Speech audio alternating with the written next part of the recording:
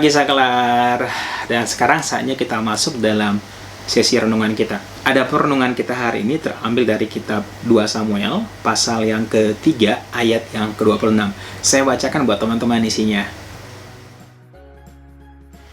Sesudah itu, keluarlah Yoab meninggalkan Daud dan menyuruh orang menyusul Abner.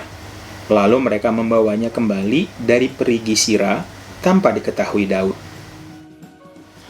Nats yang barusan kita baca terambil dari kitab 2 Samuel, pasal yang ketiga, dengan judul perikop, Abner dibunuh oleh Yoab. Pada perikop ini diceritakan bagaimana Yoab setelah pulang dari medan perang, kemudian diceritakan kepada Yoab bahwa tadi Abner mengunjungi Daud. Hal ini membuat Yoab menjadi marah dan berkata kepada Daud mengapa Abner dibiarkan pergi. Karena menurut Yoab, Abner ini adalah orang yang licik. Dia datang bukan berniat damai, nanti dia diam-diam mengamati apa yang direncanakan Daud dan mengalahkan Daud. Dan tidak itu saja, Yoab ini tidak cuma sekedar komplain, tapi dia diam-diam mengutus orang untuk kembali memanggil Abner. Dan sesudah Abner tiba di Hebron, si Yoab ini berpura-pura mau ngomong sesuatu kepada Abner. Dan di sana, di depan pintu gerbang kota itu, si Yoab ini menikam Abner hingga mati. Dengan demikian, Yoab ini membalaskan kematian adiknya Asael yang dibunuh oleh Abner di medan perang. Siapa si Yoab ini? Yoab ini kalau kita baca Alkitab, dia adalah masih saudaranya Daud sendiri. Dia ada ponakan Daud sendiri, dan dia adalah seorang panglima tentaranya Daud. Tetapi dia menjadi panglima bukan karena KKN. Dia menjadi panglimanya Daud karena memang Abner ini adalah orang yang gagah perkasa, dan dia berhasil kemanapun dia berperang. Jadi gagah perkasa, berprestasi, seorang panglima, masih keluarga daripada Daud. Tetapi kita melihat bagaimana akibat dosa yang dia lakukan. Dia tidak menghargai Daud sebagai raja, dia mengambil kesimpulan sendiri dan membunuh Abner. Maka Yoab ini, kita melihat bagaimana kisah hidupnya. Dia ini menjadi pengkhianat dan dibunuh oleh Salomo, anaknya Daud. Dan tidak itu saja, karena dosa yang dia buat ini, si Daud ini mengutuk kehidupan Abner. Sehingga Yoab ini, dia dan keturunannya dikutuk oleh Daud. Bagaimana nanti dari keturunan Yoab ini akan tidak putus-putusnya orang yang kena kusta, orang yang kena lelehan, dan juga orang yang bertongkat, mati kena pedang, dan orang kelaparan. Jadi simpel, kutukan ini kelihatan simpel, tapi sebenarnya berat banget. Karena kelima hal ini adalah hal yang paling ditakuti oleh orang-orang Yahudi di zaman itu, dan semuanya itu diberikan Daud kepada Yoab.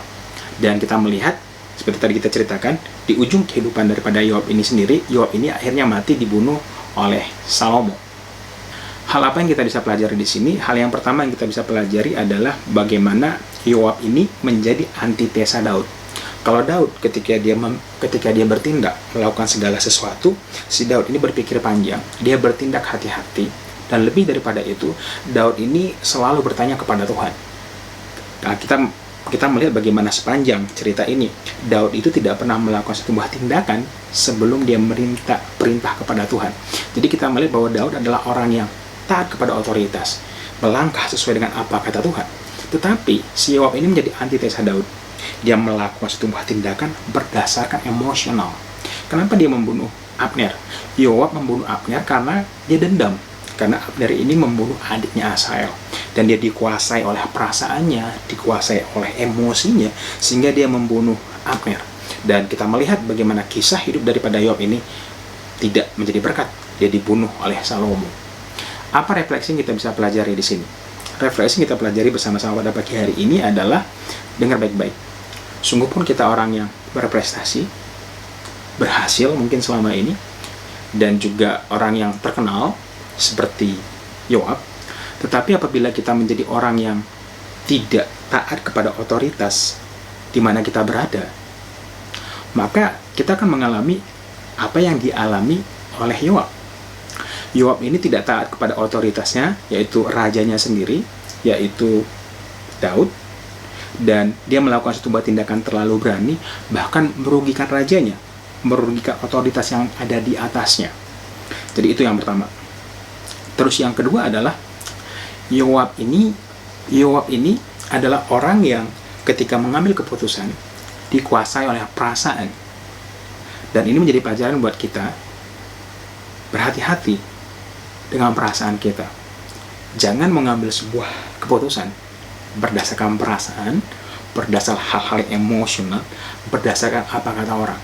Tetapi marilah kita seperti Daud, yang ketika dia sebelum mengambil keputusan, dia bertanya kepada Tuhan.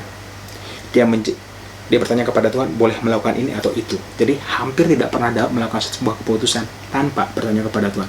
Begitu juga dengan kehidupan kita.